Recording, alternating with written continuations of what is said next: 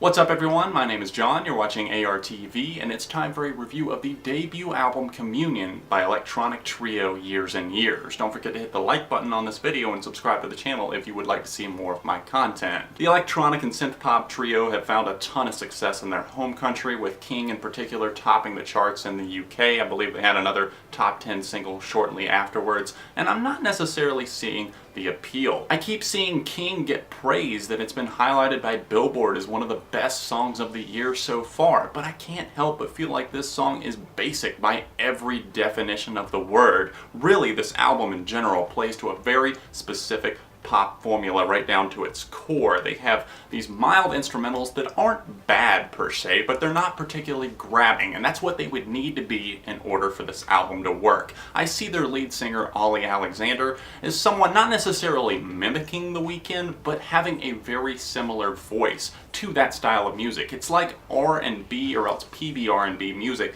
meets electronica and synth pop, and I'm not exactly sure how fond of it I am. I guess the best way to describe Alexander's voice is maybe like Michael Jackson meets The Weeknd, and I know a lot of people are saying that Abel sounds a lot like Jackson on that new track, I Can't Feel My Face, so you can definitely see why those comparisons might be in line. While I find some of the ideas that this trio presents to be somewhat interesting, I can't say that there's enough intricate work that actually makes me feel like I'm engaging with this record. It's not clicking with me. There's so many lifeless moments here that just feel uninspired, with cuts like Without really just dragging with this sluggish beat, a monotonous vocal performance that really weighs down several of the tracks on Communion. A good chunk of these tunes just blend together in my mind, and I'm having a hard time deciphering between which track was Ties and which one was Desire and what was Gold, because there's not that much that makes them stand out. There's a lot of moments that try to be emotive, and I feel like Alexander's voice just doesn't pull a reaction out of me. I think this band sounds a lot better whenever they hit their mid-tempo stride instead of just wandering around in a lull, and on those tracks I feel like it's easy to lose yourself and lose focus with listening to the songs. Like I said, the instrumentals aren't bad per se, it's just that they would have needed to be a lot more engaging instead of just business as usual to make this album work. Let's look at Border for example. The chorus is just a void. I feel like it's empty of any kind of feeling, and whenever Alexander is singing the line, I'm going to the border, my body will be stronger, it just feels empty. Now there are moments on this record that I do like, and I did see potential in some of these, and I saw that shine through more so on tracks like Worship and then the darker jam Take Shelter. Worship is earwormy and driving, and I like that. I feel like this band is definitely living up to their full potential on this track more so than any other point on Communion. I think the main thing that bothers me about this album is that it's not blatantly off-putting. I can't necessarily come down on it super hard and condemn it. It just feels dead inside, like it's lacking a certain creativity and spirit about it that it would have needed to separate themselves from their other electronic and pop peers. The few tracks that close out this record just aren't really moving me or clicking with me in any way, particularly the track Memo, which is the final track on the standard edition